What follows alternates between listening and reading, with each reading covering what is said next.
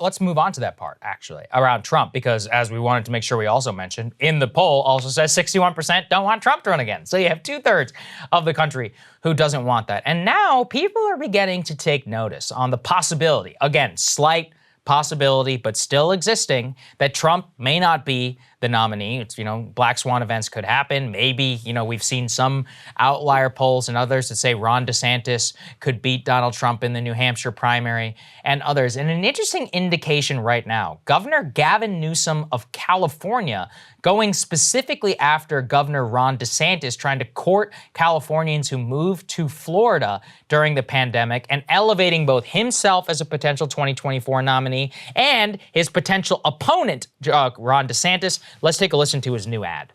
It's Independence Day, so let's talk about what's going on in America. Freedom, it's under attack in your state. Your Republican leaders, they're banning books, making it harder to vote, restricting speech in classrooms, even criminalizing women and doctors. I urge all of you living in Florida to join the fight, or join us in California, where we still believe in freedom. Freedom of speech, freedom to choose, freedom from hate, and the freedom to love. Don't let them take your freedom. Paid for by Newsom for California Governor 2022. Interesting use of funds there, Krystal. What do you make of this? I don't think Gavin Newsom's going to be a 2024 nominee regardless, even if it did come to a primary. But, he is the governor of the country's most populous state. He did survive the recall election. I find the idea of him attacking Ron DeSantis with his campaign money much more interesting, even more so than his idea of him being the Democratic nominee, because clearly they think that DeSantis has enough of a national profile that he himself could be the 2024 Republican nominee for president.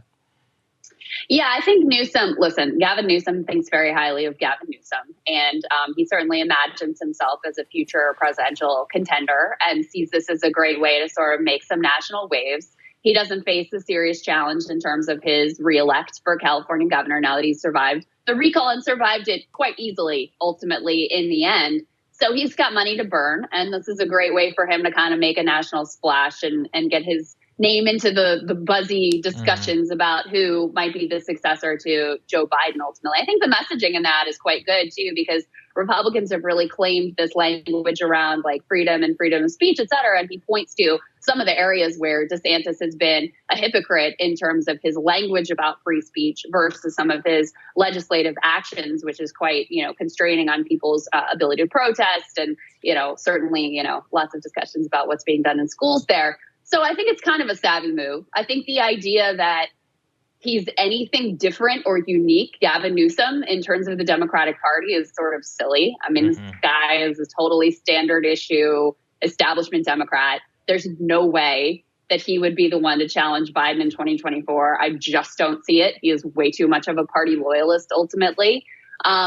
But it does show you that, clearly he and DeSantis recognize that there is desire for something other than the leaders of these parties, and they're trying to line up to be the alternative. Yeah, and sadly, Trump also recognizes that, and he's thinking about the best ways that he can to kneecap DeSantis. Let's put this up there on the screen. So Trump apparently has been going around telling people that he wants to announce as soon as possible for a 2024 run. The reason being that he wants to freeze out all of these other Republicans, which are very clearly also thinking about running against him. So I've been reading reporting from all over. Mike Pompeo thinking that he can somehow win the Iowa caucuses against Trump. I really don't know where that comes from. Ron DeSantis thinking and not asking Trump for his endorsement for 2022 whenever he's up again as governor. You have other Republicans, Tom Cotton, who's apparently been meeting with donors, thinking about different ways that he could run against Trump. Nikki Haley wants to run, apparently. So you've got Ted Cruz and others, of course, are waiting in the wings, have always wanted to be president. So if you consider all of those things, Trump, the most logical thing he could do is just claim ground before any of them. He has all the money in the world, in his Save America PAC and elsewhere in his campaign funds. He's the biggest, most recognized Republican in the country. Obviously, he's the former president. He could easily launch a bid again, and then everybody who would launch after him seems reactive. So in the DeSantis world, I think actually the more that Gavin Newsom, others, and even the media, frankly, elevate Ron DeSantis, the more it's just going to light a fire under Trump in order to announce even sooner, maybe even before the midterms. It's possible, although he might wait until right afterwards. And I think it's a smart move on his part. I mean, I do think it makes it very difficult for DeSantis, because the minute that he's in the race, then everybody's in the position of, all right, which side are you on? Are you with me again? And I actually think Biden is more vulnerable in a primary than Trump is, because Biden does not have that enthusiastic base of support, and Trump does. And so, as much as there is a contingent that would like to move past Trump, they don't have a great argument they can make for it, because they're too afraid to take him on directly. And, history proves that it probably wouldn't go well if they did. So they don't have a great argument to make as a critique of him, other than that they whisper to each other when they think he's not listening. And he's got that enthusiastic base of support and all that money and all the media attention he could possibly want. So I think it will be very difficult to unseat him as the Republican nominee. You never know, right? You never know what's going to happen. You never know when he's going to you just never know. But I really think that Biden is in an actually more precarious place, which is a remarkable situation given that he is the incumbent sitting president.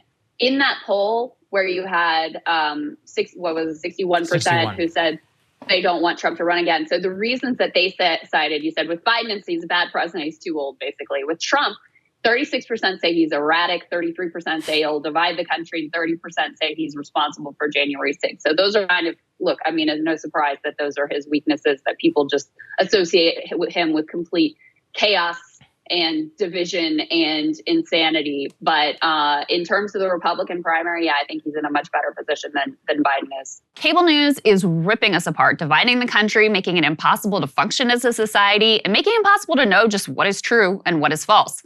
But the good news is they are failing and they know it.